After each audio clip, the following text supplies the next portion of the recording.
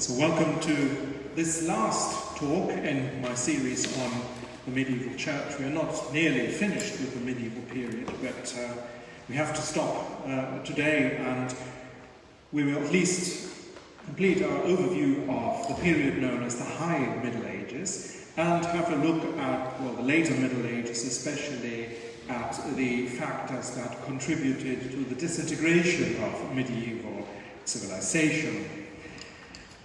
I would like to begin today by saying a few words about the origins of the universities. Medieval Europe is known for this institution, which is of course still very much part of our culture, the centre of our higher education. And it is especially that central medieval period which saw the emergence of the university as an educational institution. Of course, there were schools, also schools of higher education before, going back to the Carolingian period. There was the great initiative to establish schools attached to cathedral schools, and also monastic schools, mainly for the training and education of the clergy, but also the training of the sons of the nobility. Those schools continued, again, mainly for monastic and cathedral settings. But as society was growing, also economically, in the 12th and in the 13th century, there was a greater demand not only for a better formed, better trained professional clergy, but also for lawyers in general, doctors, and so on. The Gregorian reform, headed by the papacy, put a great emphasis on canon law. Roman law was reintroduced into Europe, and the study of law also became one of the core subjects in the medieval university.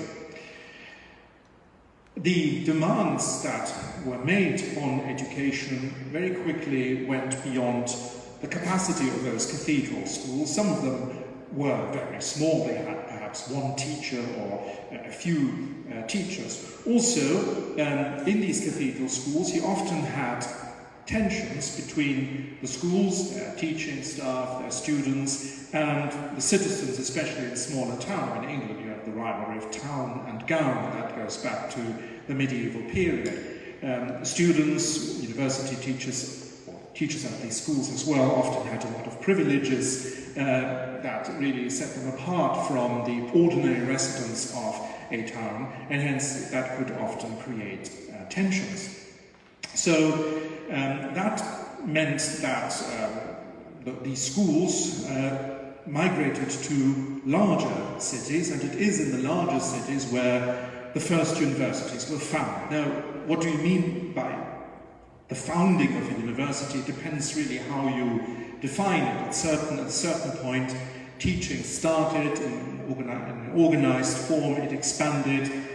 A place of teaching received a charter from a king or a pope, and so there are various dates that are obviously important in the development of such an institution, and that then defines what we mean by the founding of a university. The oldest university, conventionally defined in Europe, is that of Bologna, established in 1088. Then follows Paris, where teaching already started in the mid-11th century, but it was formally recognized in 1150. Oxford, again, teaching starts in the late 11th century, but one date that is often mentioned is 1167, when King Henry II actually banned English students from attending the University of Paris, and hence recognized Oxford also as a university. Now, the term university in the Middle Ages did not mean what we today understand as university, i.e. the institution of learning, of teaching, of research. In the medieval period, the universitas was actually the guild of scholars. So trades, professions in the medieval period were organized in professional bodies known as guilds, which had certain organizations, constitutions, rules for their members, of a religious connotation. The patronage of some saint dedicated to special observances, religious observances throughout the liturgical year. And the Universitas was in fact one such guild. It was the guild of students and or of masters. So it was actually the corporation, the body of students and masters, or of both. Hence you have the term Universitas Magistrorum, the sort of corporate body of the masters, the lecturers. Universitas Scholarium, or the body of students, or of both together. So the Universitas was actually the guild of those people making up the university, both teaching and learning. Now, the place where you studied was actually known as the studium, or sometimes the studium generale, a term which you find still applied at some of the Roman universities today, where I believe the Angelicum, the Dominican university is, I think, known as the studium in urbe, or for example, Blackfriars, Oxford today have a studium, so the place of learning. Now, the first basic formation, education, was given in the 7 liberal arts, the artes liberalis, grammar, rhetoric, geometry, music, and so on, so basic education, and then you went on to the kind of practical or professional faculties, and that was in essence theology, law, and medicine, serving the needs of the time, obviously clergy, formation of the clergy, law, both canonical and civil, and medicine. So in the 11th and 12th century, these institutions developed. Another important step in is the charter of the Emperor Frederick I in 1158, who gave quite a wide range of privileges to students in Bologna. The University of Paris was formally recognized by Pope Gregory IX in the year 1231.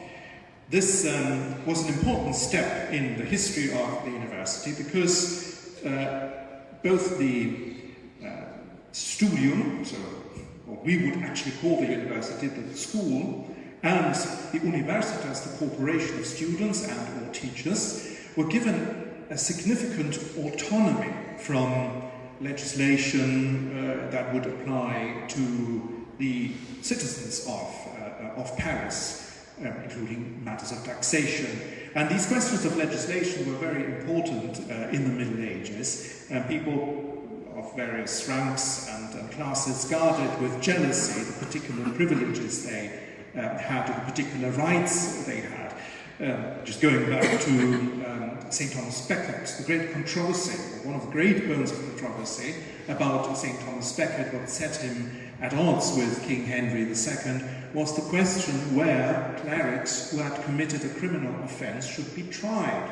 Should they be tried, as was actually the right of the clergy, in an ecclesiastical court or in a royal court? It's a complex legal argument at the time. Becket claimed that canon law made very clear that clerics had to be tried in an ecclesiastical court, but Henry II claimed that it was custom of English law that they should be tried in a royal court. That was the great controversy. It was not about the fundamentals of faith or some really important part of doctrine, but these kind of legislative or rather legal, juridical aspects.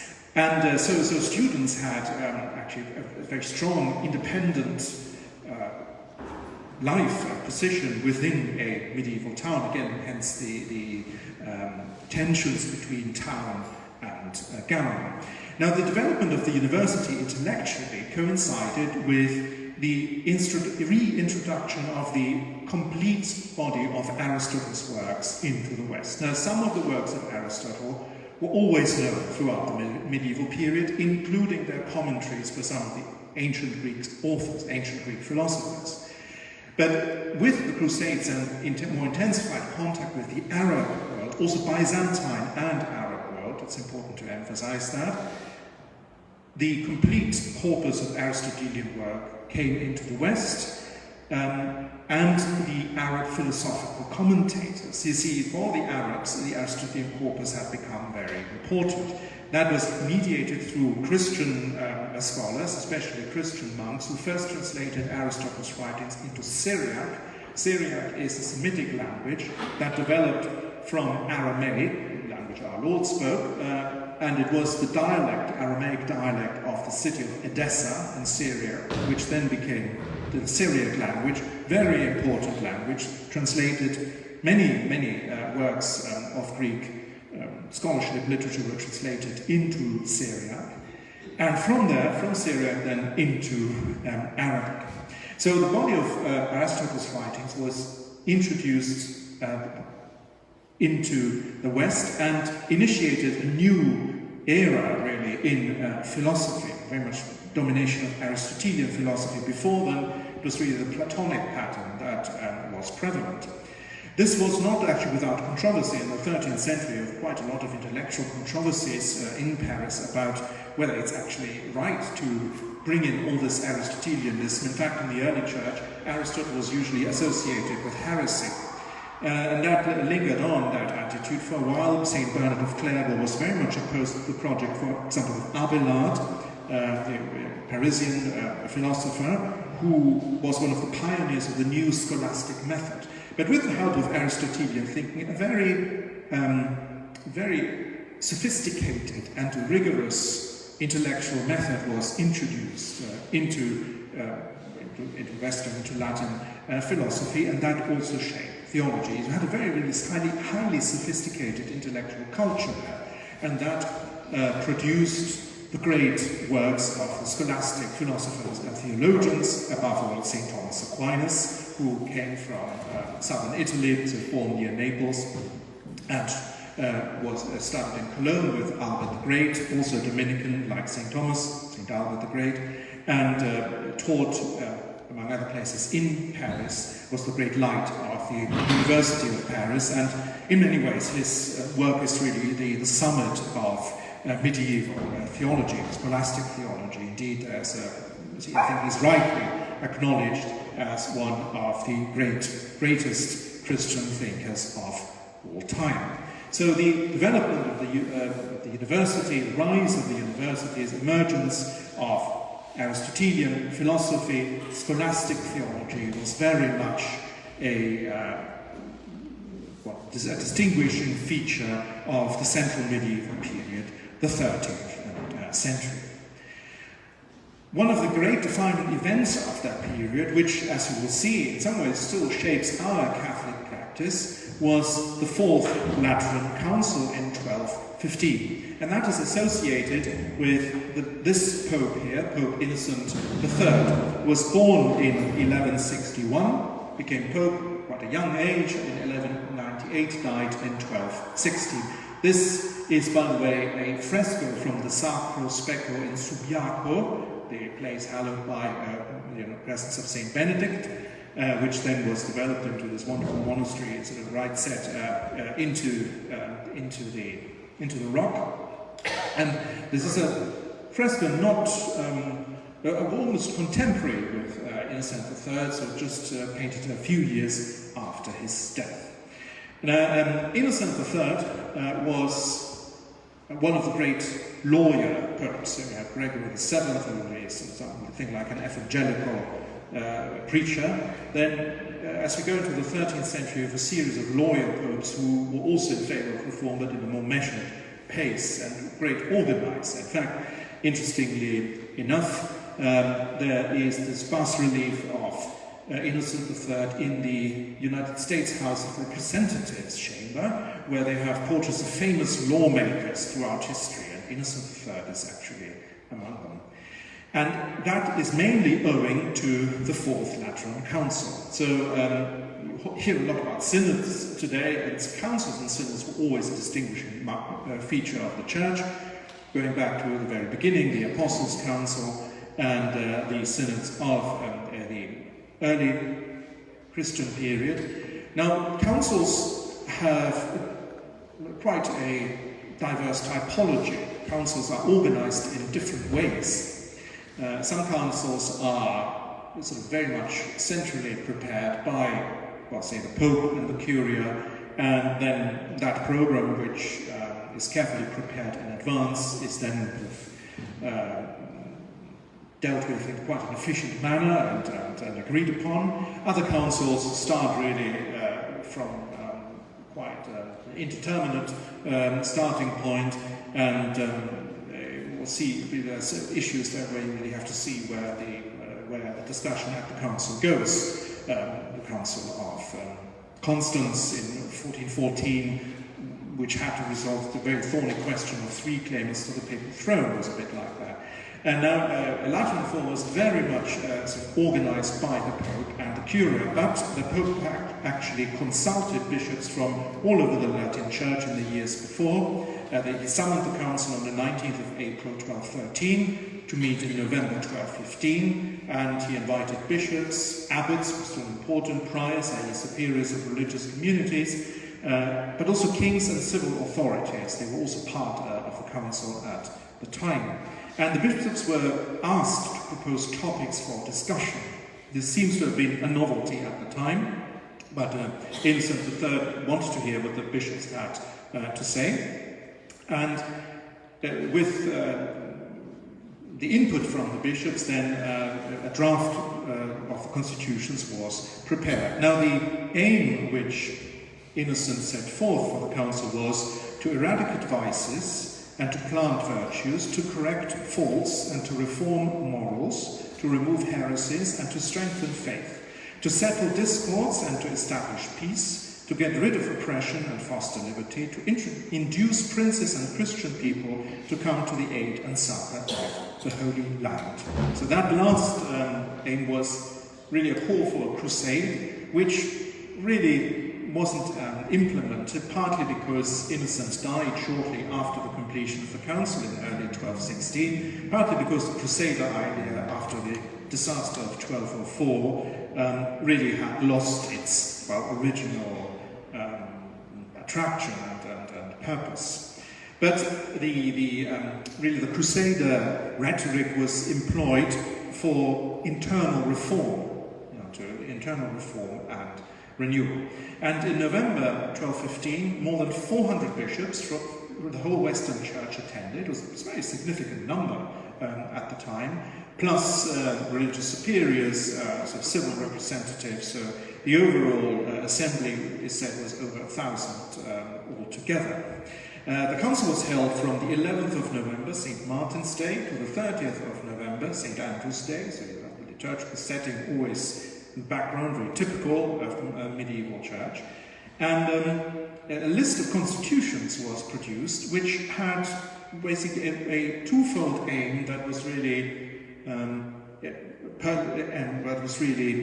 part of the same coin. On the one hand, raising the morals of the clergy, which has always been a problem throughout church history, and the clergy usually cause trouble in one way or the other. So the idea of raising the moral, intellectual life of the clergy, making sure that priests are well prepared, well formed, are capable of exercising the ministry, capable of preaching, capable of hearing confessions in a meaningful way, not just sort of giving absolution, but also being able to give advice and spiritual counsel. Rooting out of particular vices of the clergy. It's quite amusing if you actually read through the constitutions what some of the clergy were up to at the time, from hunting to visiting taverns excessively. So you can imagine. The problem of simony still came up, so the abuse of buying an office, an ecclesiastical office for the purpose of income. And then the other side of it was really to elevate the life of faith, the religious practice of the ordinary people, raising sort of minimum standards for ordinary Catholic practice, which includes some measures that are still in place. So, for example, the Easter Communion, Easter Confession and Communion was legislated at Lateran IV. Now, this wasn't not the first time that such legislation was actually passed.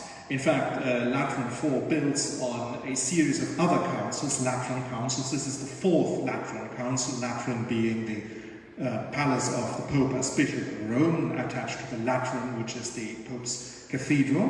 So there were already 3 Lateran councils and synods and councils before, and local bishops legislated in many ways about all these matters before, but Lateran IV had put it all together in a very coherent body of constitutions. So Easter Communion and confession, so auricular confession at least once a year as the minimum of the Catholic practice. Other particular items, such as doctors being urged to make sure that a person who is in danger of death receives the sacrament of anointing, so making sure that a priest is called for the sacrament of anointing, and so on.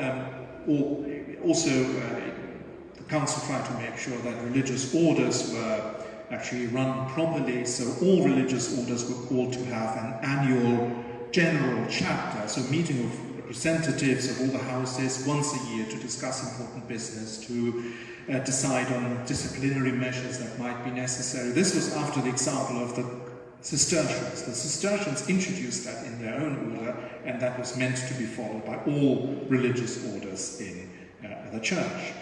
So the Fourth Lateran Council really was, in that sense, very, very significant, and is representative of what historians call the pastoral turn in the medieval church.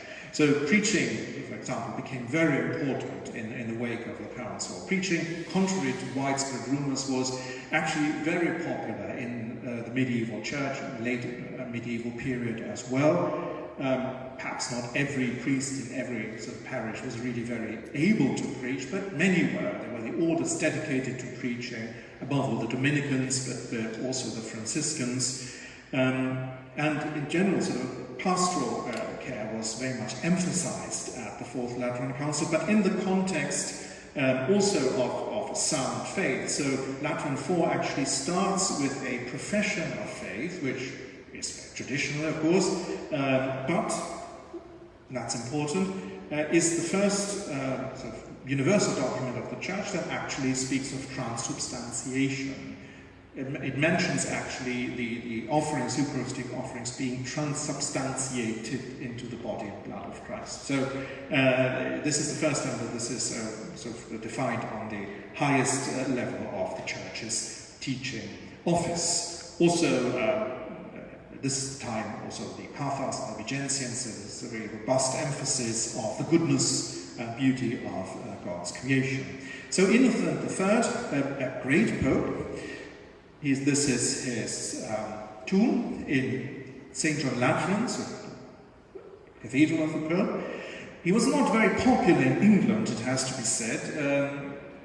At the time, the Pope was not only the spiritual leader, but really had tremendous political power and meddled into English politics as well.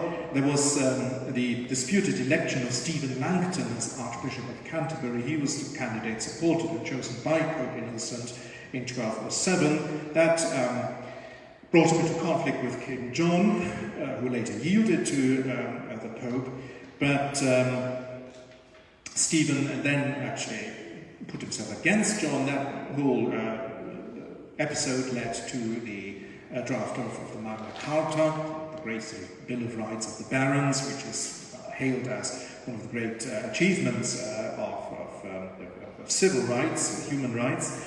But Innocent III disapproved of it, so many sort of English commentators at the time were not very impressed by that, including the Benedictine chronicler from St. Albans, Matthew Paris, so who really had not a lot of good to say about Innocent III. So he was not very popular in England, but still it's a very, very great pope. One other important aspect, which I already touched upon, is the development of the liturgy at the time. I already mentioned the impact of the Franciscans on the liturgical use of the Latin Church. The Franciscans took the Roman Missal in the form used by the Roman Curia, which at the time was sort of itinerant. So the Curia wasn't always in Rome, but went from place to place, these small towns around Rome in Lazio, so for example Anagni or Orvieto, and because the curious, it moved from place to place. They had a kind of streamlined version of the Roman Rite, not the very elaborate ritual that would have been celebrated in the Lateran Basilica, but a simpler form, simpler ceremonial. And it was that form which the Franciscans adopted for themselves and then brought to every place where they established a house. Now, and there's a very important document in this context, which is an order of Mass for the individual celebration of a priest, either a ferial Mass or private Mass indeed. And it is known by its first words, Indutus Planeta, wearing the chasuble, Indutus Planeta. And this text was actually based on the use of the Curia, but also revised, it's believed, by the Franciscan Minister General in the early 1240s, Hamo of Faversham, Kent. So an Englishman who was actually very important for the Franciscans at the time, General Superior, as they called him, Minister General. And that order of Mass really became normative for the Roman Rite. So it has the beginning, the prayers at the foot of the altar with the Psalm 42, Judica Me. It has the offertory prayers almost in their sort of definitive form in the Roman tradition. And it became, in turn, the foundation for what was then done in the Tridentine reform in the Missal of 1570. So Hamo of Faversham, important man in this context. The period is also known for its increasing Eucharistic devotion. There were two doctrinal controversies on the question of the real presence of Christ in the Blessed Sacrament, one in the Carolingian period between Paschasius Radbertus and Rotramnus, one a little later in the 1100 between in the period immediately preceding this, the time we are looking at here. In fact, the two opponents at that point were Berengarius of Tours and Lanfranc of Bec. Now, these controversies help to clarify our understanding of how Christ truly is present in the sacrament, and they went along with an increased devotion to the presence of Christ. And it was in the 13th century that the Feast of Corpus Christi was instituted based on the visions of a holy woman from Liège, who was basically kind of tertiary sister associated to the Premonstratensians. It was Saint Juliana, and it took some time for the feast to catch on. Even after it was actually supported by bishops at the popes, it took some time for it to spread through the whole church, which only happened in the 14th century. But it was actually St. Thomas Aquinas who was commissioned by the Pope to compose the office for Corpus Christi. So the liturgical text, both the divine office, divine office of the church, daily prayer, so the prayers for this feast day were composed by St. Thomas. The readings, scriptural texts were put together by St. Thomas, and also the Mass text. So the Mass text for Corpus Christi are the collect. For example, the collect we use at benediction is written by St. Thomas Aquinas, and he was the one who selected the scripture readings and so on. Also composed the hymn or sequence Lauda Sion. Again, we use that for celebration of Corpus Christi, and it's one of the typical elements of that Eucharistic spirituality devotion at the time.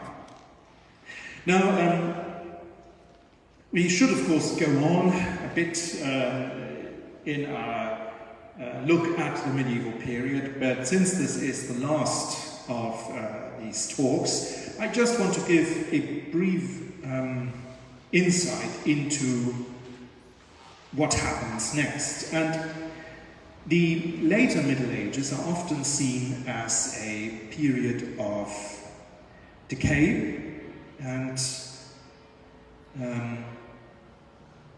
decline. And that view is not altogether wrong. Not altogether. I mean, still was a period of some vitality, but that great sort of synthesis which is exemplified in the 13th century by Lateran Fall, by the universities, by the teaching of St. Thomas Aquinas, by the great cathedrals, somewhat disintegrated. And that was the result not simply of internal crisis, but also of some external difficulties at the time. One was climate change. And in fact, it got colder. Historically, actually, the cold periods were those of crisis, and the warmer periods of prosperity and growth.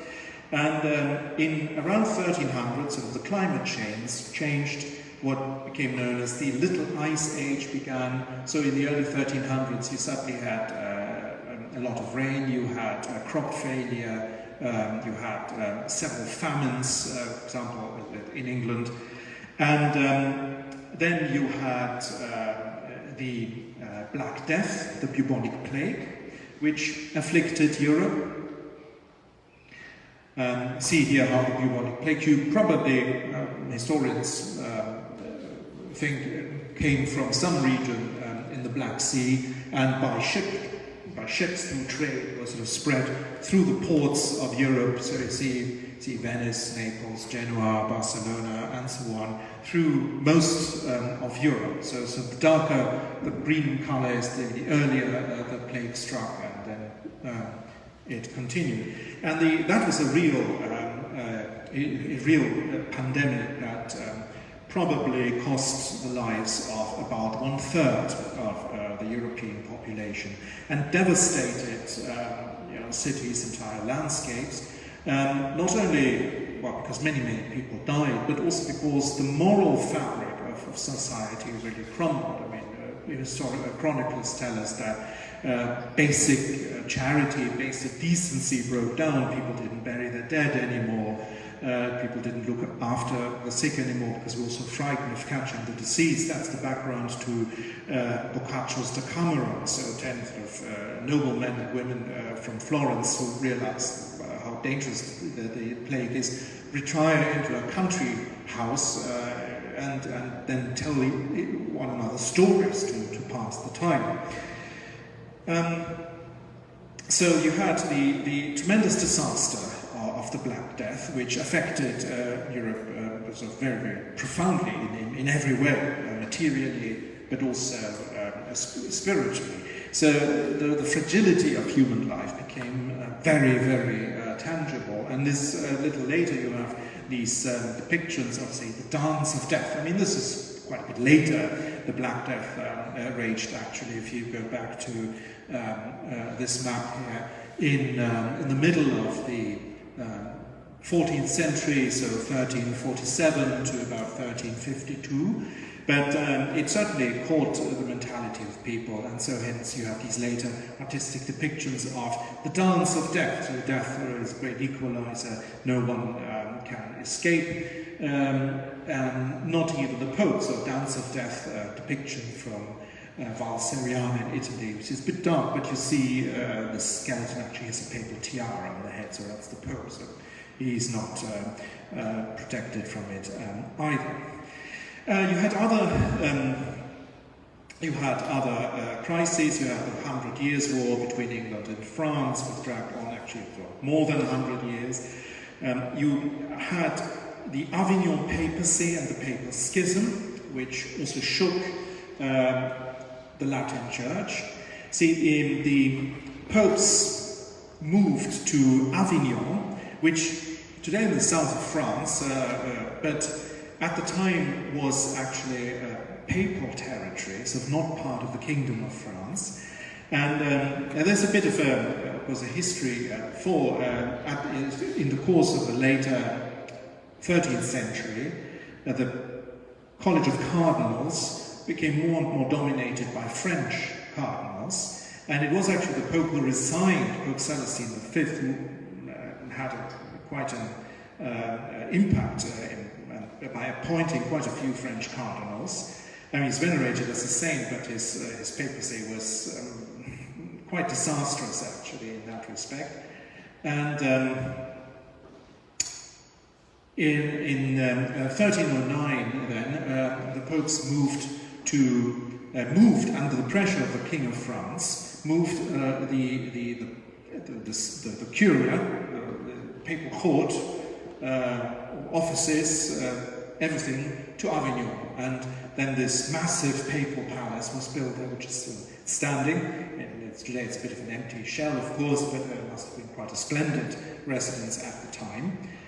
And so the Avignon papacy lasted from 1309 to 1377. To some contemporaries, such as Boccacci's, was the Babylonian captivity of the papacy, because the Pope is Bishop of Rome, and he is Pope as Bishop of Rome, because Rome is, the church of the apostles Peter and Paul, and that's why Rome is so special and hallowed by the blood of these martyrs, these apostles.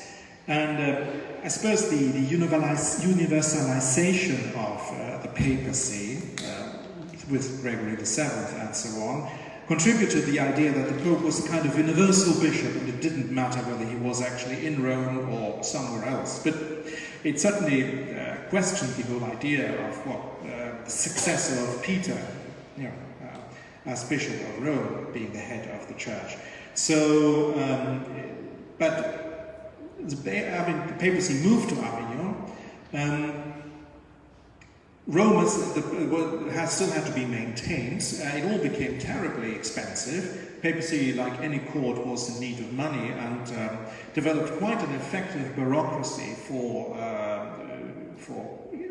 getting revenue from the churches throughout Europe by means of fees for appointments, taxes. The Pope could actually tax the faithful directly, tithing and so on, which then caused tensions and controversies with local rulers, sort of kings and princes, because they didn't want popes to interfere directly in their territories. So all of that created a ferment of tension and conflict at the time. Now, the popes actually did return to Rome in 1377.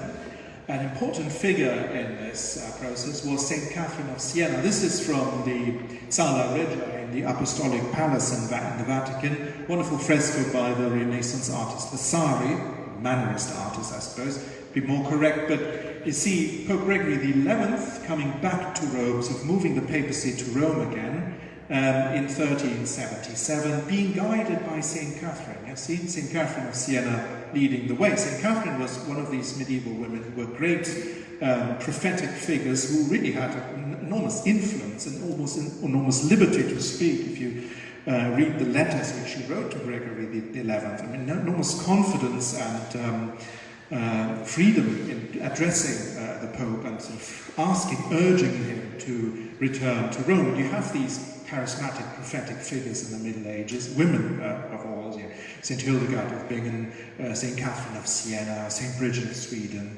and others. It has to be said, however, that, again, it wasn't a very happy outcome, at least in the immediately following years, because Gregory XI's successor, Urban VI, turned out to be a very uncompromising and tactless reformer who easily made enemies and soon caused a significant number of cardinals to oppose him, or raised the opposition of a significant number of cardinals who elected and who claimed that his papal election was invalid and elected another pope, a rival claimant to the papal throne. So you have actually two claimants to the papal throne. You have a schism at the heart of the church. So you have the Pope residing in Rome, Urban VI, and you have the Pope then residing in Avignon, Clement VII. So from 1378 to 1417, you have two claimants to the papal throne, and for a period towards the end of that schism, three. It was a time when cardinals tried to resolve the situation, but ended up in sort of making it worse by adding a third claimant to the papal throne. That caused a lot of difficulties, because it meant that, well, you had to decide whether you owed allegiance to one papal claimant or the other. And these were sort of both more or less on an equal footing, each of them supported by major European powers. So the French king supported the Avignon Pope, for instance. Other allegiances were sort of divided throughout Europe. Now, for the ordinary faithful in the local parish, that might not have made a lot of difference. They hardly knew who was Pope anyway at the time. Of course, they didn't have the mass media. Pope would have been mentioned in the canon of the Mass, which was, of course, silent. But you had the universities, you had the internationally operating religious orders like the Dominicans and the Franciscans. You had a world that was actually quite well connected. There were many sort of transnational networks which made up the church. So that was a very profound difficulty, which was finally resolved at the Council of Constance in 1414 to 1418 by trying to create a clean slate and electing a new pope. The effort was actually successful, and Martin V was elected in 1470. But it called papal authority very much into question and was at the origin of a theory known as conciliarism, so emphasizing really some form of corporate government of the church. So going against the development that was so powerful, had been so powerful since the Gregorian reform of the Pope as the undisputed head of the church. So instead, there should be more of a balance, even to the point that a council, a church council, universal council, in a situation of crisis, would be superior to a pope and could even depose a pope. Conciliarist ideas which were never fully taken on board by the Catholic Church, of course, but lingered on even then in the Protestant Reformation of the 16th century. So you can see how that really caused a crisis in medieval Christianity. In general, it has to be said, the Church still worked quite well in its primary purpose. The good of souls, salvation of souls, pastoral care of the people, and was quite undisputed. I mean, in the later medieval period, you have some dissident movements. You have the Hussites in Bohemia, you have the Lollards in England, but these were more local phenomena, and in general, actually, the Church's primary role was not challenged. Also, the priesthood was not challenged. Principally, priests were often the object of caricature, Canterbury Tales by Chaucer, you have Piers Plowman by Langland and other medieval literature, where you have priests that sometimes quite worldly figures, or friars not taking their religious observance too seriously, that sort of thing. But there was not an attack on the ordained or sacramental priesthood as such, as you then have in the 16th century Protestant Reformation. If anything, it was a call to the proper priestly life and the sanctification of the priestly life. Where you had a critique of the church was really in its secondary role, where the spiritual and the temporal spheres were entangled. Economic and financial matters above all, taxes, I mentioned already, papal taxes, papal fees that were imposed on office holders or for the appointment of church office. The church actually had the most developed bureaucracy of the age, which at the time was actually seen as a sign of progress. Today, bureaucracy is hardly something we tend to be proud of, but at the time, the church had the most effective administration. To some extent, this was used to gather revenue for the papal courts, especially when you had to maintain two in Avignon and in Rome. And Taxation is always a controversial question. No one likes to pay taxes. It's the same in the Middle Ages. And also the rulers, for example, the kings of England, liked to control what taxes actually were levied in their realm. So you have these controversies all the time, basically. And the other great area where the church was really criticized for was its extensive land ownership. See, the problem was that land ownership by the church was really perpetual, inalienable. So church institutions, say dioceses or religious orders, held on to the land they were once granted indefinitely. And often this land would not be used in the most business-like manner, let's put it that way, because there was no interest in using it in the most sort of profit-oriented way. So to create wealth. So that was then the great accusation of mortmain, sort of the dead hand, which referred to that perpetual ownership of real estate by a corporation or legal institution, especially by the church. And the church, by the end of the medieval period, was a great landowner. Its church institutions, communities, say dioceses, and so on. In cities, we have these many monasteries, monastic communities within cities, a charter house within a city, like in London, but also in the countryside. And that wealth of land ownership attracted a lot of criticism. That was part of the factors of was one of the factors of the Protestant Reformation, of course, seizing the land that the church owned for, well, the royal purse, essentially. Also the suppression of the Templars, the Knights Templars in the early 14th century by the French king, served the purpose of basically acquiring the enormous wealth of the Templars for the royal treasury. So it was, but wherever the church was entangled in these worldly, temporal aspects, there were conflicts, also, say, legal conflicts. One of the sort of tragedies of the English Reformation is that sort of many contemporaries thought, well, it's just one more conflict between the Pope and the King, as there had already been in the past, and it will blow over at some point. They will be reconciled again, as happened in the past, but because then things took another turn. Now, looking in general at this period, it was neither a golden age of Christendom nor a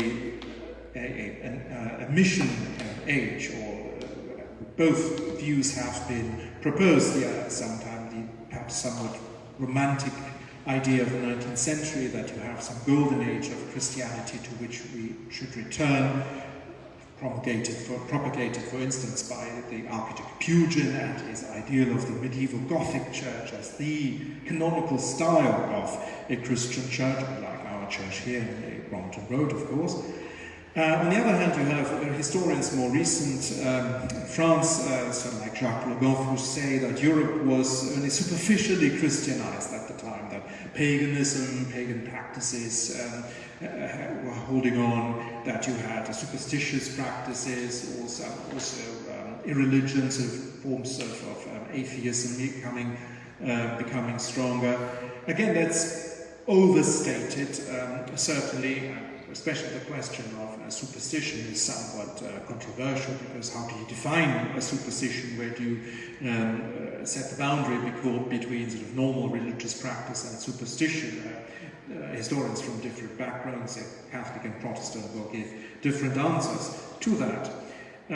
Certainly the life of the ordinary people was shaped by the church, by the sacraments, religious rituals. The whole year was sort of organized according to the religious calendar, also sort of social and economic activities, and that was not fundamentally challenged.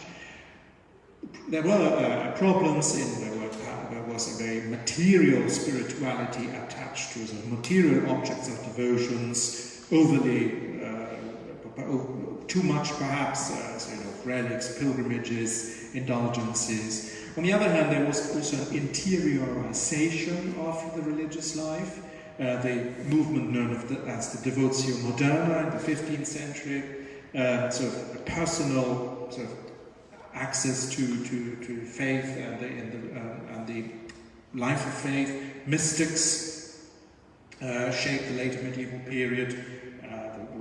Mystics from the Rhineland, St. Catherine of Siena, St. Bridget of Sweden, Julian of Norwich. Though, of course, the writings of these mystics may have been limited or reserved to elites who had access to books. But still, religious life was very robust at the time. So, the period then we call the Middle Ages ends, well, you say that it ends around the year 1500. It's followed by early modernity, whose seeds were already present before, of course. You have the Renaissance as a cultural, intellectual, artistic movement, which certainly brought a new perspective, brought new ideas. On the other hand, was in many ways connected with the medieval world. You have the great European expeditions, launched above all by the Portuguese and the Spanish, that opened the horizon of people. I mean, they suddenly realized that the world is actually bigger than they had known before.